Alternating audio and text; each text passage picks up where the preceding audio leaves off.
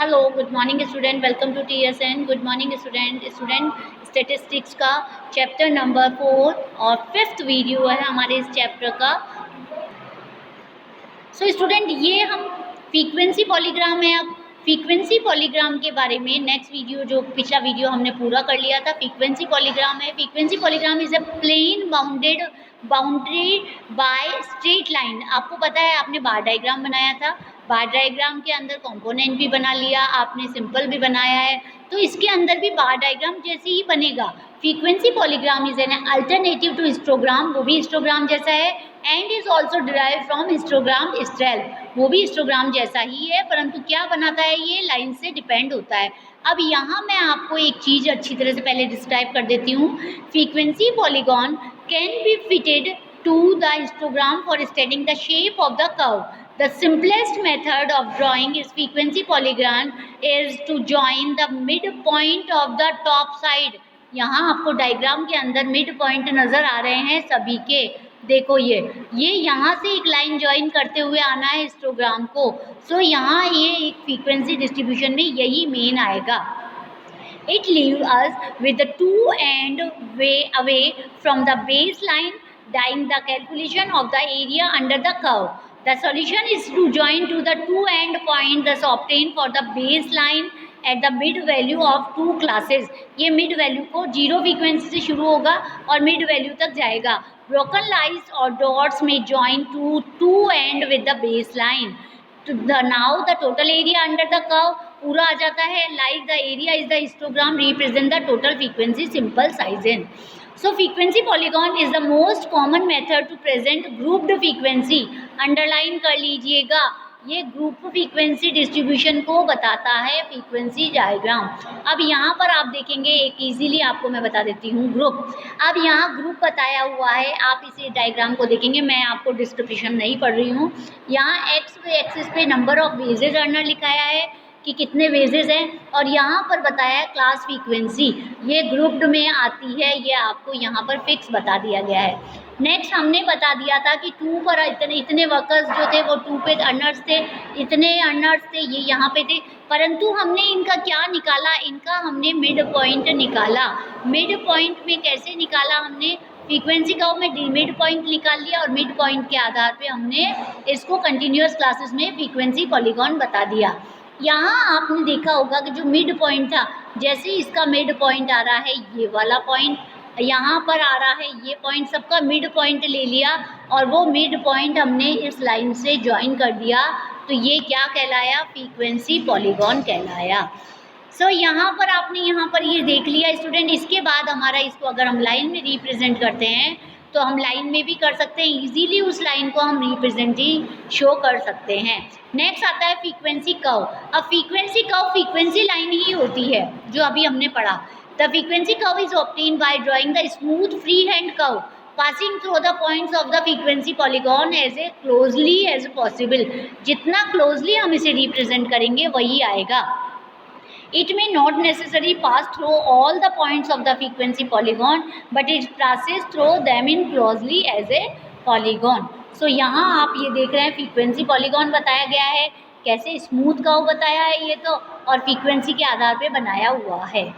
Next आता है ऑगिव। ऑगिव क्या होता है, ogive is also called cumulative frequency curve. Underline कर लीजिए, what is the other name of ogive, ogive is the cumulative frequency curve. आपने क्यूमुलेटिव फ्रीक्वेंसी बनाया हुआ है, नहीं हुआ है तो सारी फ्रीक्वेंसी को यदि हम जिगजैग में ऐड करते जाते हैं वो क्यूमुलेटिव फ्रीक्वेंसी निकलती जाती है। As there are 2 types of cumulative frequency, less than and more than type, जो मैं पहले भी पढ़ा चुकी हूँ आपको। According there are 2 ogive of the any grouped frequency distribution data. यहाँ अलग अलग तरह का डेटा आ सकता है। At case frequency polygon cumulative frequency are plotted along A Y axis against class limit of the less than and median. अब यहाँ पर आपको देखिए 2 तरह का बताया गया है, जैसे an integral features of the 2 organ together, अगर दोनों का बनाते हैं तो मीडियन के आधार पे 4.8 में हम देखेंगे, है ना। इसके बाद आता है मोर देन, इसके नेक्स्ट आता है हमारा arithmetic line graph. Line graph क्या होता है, line graph is also called time series इसे हम टाइम सीरीज ग्राफ भी कहते हैं। अंडरलाइन कर लीजिए, what is other name of arithmetic line graph is called time series graph. इसे हम टाइम सीरीज ग्राफ भी कहते हैं। अब यहाँ पर आप देखेंगे स्टूडेंट, फ्रीक्वेंसी डिस्ट्रीब्यूशन को हम आर्ग्यू कैसे बना सकते हैं। यहाँ लेस देन और मोर देन का बताया है। सबसे पहले इस टेबल को देखिए, यहाँ जो टेबल दी हुई है उस टेबल के आधार पर फ्रीक्वेंसी डिस्ट्रीब्यूशन मार्क ऑप्टेन दिया हुआ है। मैक्सिमम जो मार्क्स हमने दिए हुए हैं यहाँ फ्रीक्वेंसी, यहाँ मार्क्स बताए हैं 0 से 20 तक कितने लोगों के आए हैं 6, 20 से 40 आए हैं 5 के, 40 से 60 आए हैं 33 के, एंड 60 to 80 आए हैं 14 के। तो टोटल यहाँ पे मार्किंग सिस्टम बता दी। अब इसको अगर हमें मार्क करना है तो हम कैसे करेंगे, यहाँ हमने जो ये कर्व बनाया है ये 0 से यहाँ हमने फ्रीक्वेंसी लिख दी। फ्रीक्वेंसी में हमने क्या लिखा 0, 5, 10, क्योंकि ये कहाँ तक आ रहा है हमारा टोटल 65 तक आ रहा है। तो ये यहाँ पर नंबर ऑफ स्टूडेंट जो भी आ रहा है, मार्क्स मैथमेटिक्स में मार्क्स हमने यहाँ 10, 20, 30 लिख दिया। तो 0 से 20 तक 6, तो जो 0 से लेके 20 तक यहाँ तक में हमारे पास 6 आ रहा है, तो हम इसको मार्क करेंगे 6 से। फिर आ रहा है 20 से 40 तक, तो 20 से 40 तक में हमारे पास जो मार्किंग आ रही है वो आ रही है 5, तो हम इसको 5 तक मार्क करेंगे। यहाँ स्टूडेंट हम ये कवर कर सकते हैं टोटल, है ना। इसके बाद नेक्स्ट आता है हमारा मोर देन का। मोर देन में हम क्या कर सकते हैं, देखो यहाँ पर आप इसको देखो, ये दोनों कर्व, यहाँ लेस देन और मोर देन का बताया, यहाँ ये मोर देन का है। देखिए ये वाली, अब ये फ्रीक्वेंसी है स्टूडेंट, इसको अच्छी तरह से देखेंगे। ये वाला एरिया हमें अच्छी तरह देखना है। ये जो डायग्राम है यहाँ मोर देन, तो यहाँ पर हमारा लेस देन आ जाता है, तो लेस देन में तो ये वाला आ गया डायग्राम। मोर देन वाला है कि मोर देन 0, मोर देन 0 मतलब कि 0 से ज़्यादा, 0 से ज़्यादा कितना हो सकता है 64, तो यहाँ हमारा 64 आ गया।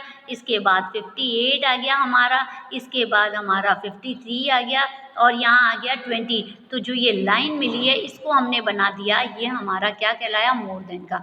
अब इन दोनों कर्व को हमने अगर कंबाइन कर दिया तो ये ऑर्गिव डेटा बन गया। कैसे, ये तो ये मोर देन वाला ऑर्गिव था, ये हमारा लेस देन वाला था। जहाँ पर ये दोनों कंबाइंड हुए वहाँ पर क्या हो गया, मोल्टन हो गया, ये दोनों एक हो गए। ये हमारा डाटा जो बताया गया है ये ऑर्गिव का था। कंक्लूजन क्या निकलता है इसका, by now you must have been able to learn how the data could be present using various presentation, textual, tabular, diagrammatic. You are now also able to make an appropriate choice of your from the data presentation as well as the type of diagram. आपको हर तरह का choice मिली हुई है। Thus you can make presentation of data meaningfully बनाना चाहिए, comparison भी बनाना चाहिए, और purposeful बनना चाहिए। हमारा एक ही मीनिंग होता है। यहाँ हम कह सकते हैं कि किस ढंग से डाटा कम्प्लीटली बताया जाता है। स्टूडेंट ये चैप्टर हमारा कंप्लीट होता है। इस चैप्टर की जो PDF है वो मैं आपको कम्प्लीटली भेज दूंगी। Till then keep watching, thank you.